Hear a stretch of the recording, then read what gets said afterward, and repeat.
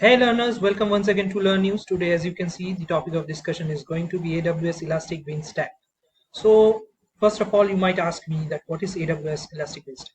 It's basically a computing service that is being provided by AWS, where you don't need to think about the EC2 instance or storage. You simply deploy your jar or war and go for certain configuration change, and you simply get the URL and get ready with your application. It's a very fast uh, setup. Let us quickly demonstrate and go for with the hands-on that I want to show you. We'll click on create application, and then we'll give a name, say Spring Demo, and the platform that we are going to choose is Java, since it's a Spring Boot application. And the platform here, platform branch is Java 8, and version I will keep it as it is. Now I will try to do one thing, either upload it.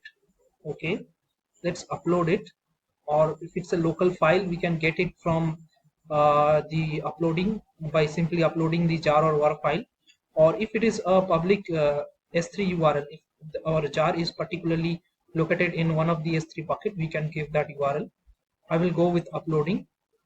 I will choose the file jar and I will wait for uploading. Won't take much time, maybe a couple of minutes. Meanwhile, I will pause the video. And yes, we are back. The jar file has been uploaded successfully. And the next thing that we are going to do is click on create application. So first of all, while we are clicking on this create application, the first thing that will happen is allocation of an EC2 instance. Then followed by allocation of any available storage file if it is present, and then the jar will be stored onto an Amazon S3 bucket for a while, and then it will be allocating the EC2 instance, and the application would be deployed in that particular server, and hence the wrapper application will be up.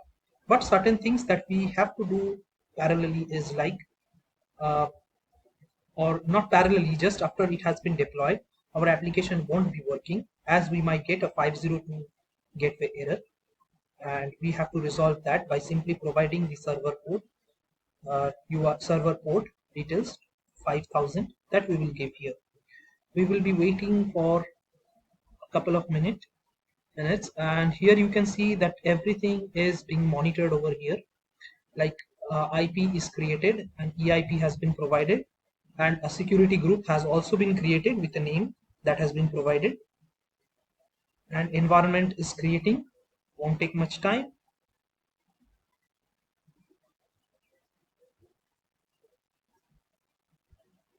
Let us wait.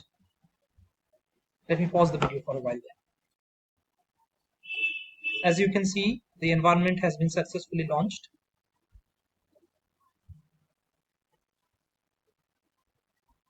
and we'll wait for another minute, and yes, it's loading. Our application health is okay, and these are the events that has been following from the start, from the initiation, when we initiated like this creation of this Elastic Beanstalk. Let us quickly go on to this URL and check. As I was mentioning, that you will be getting a 502 Nginx bad gateway because we haven't specified the port to which the application would be up. So we'll come over here, we'll go to configurations, and in the configuration we'll come to the category software, and we'll try to edit this. You have to come down over here and you have to give server underscore port, and we'll point it to 5000, which is the default Nginx port. We'll apply that, and the same changes will be validated at the background.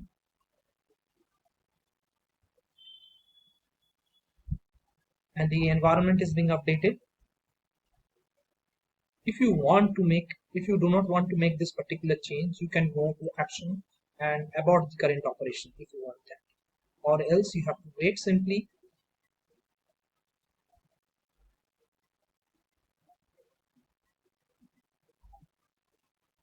Meanwhile, let me show you what all the other options that are available over here. like configuration I have shown you, logs, health, monitoring, alarms, managed updates, events, and tags.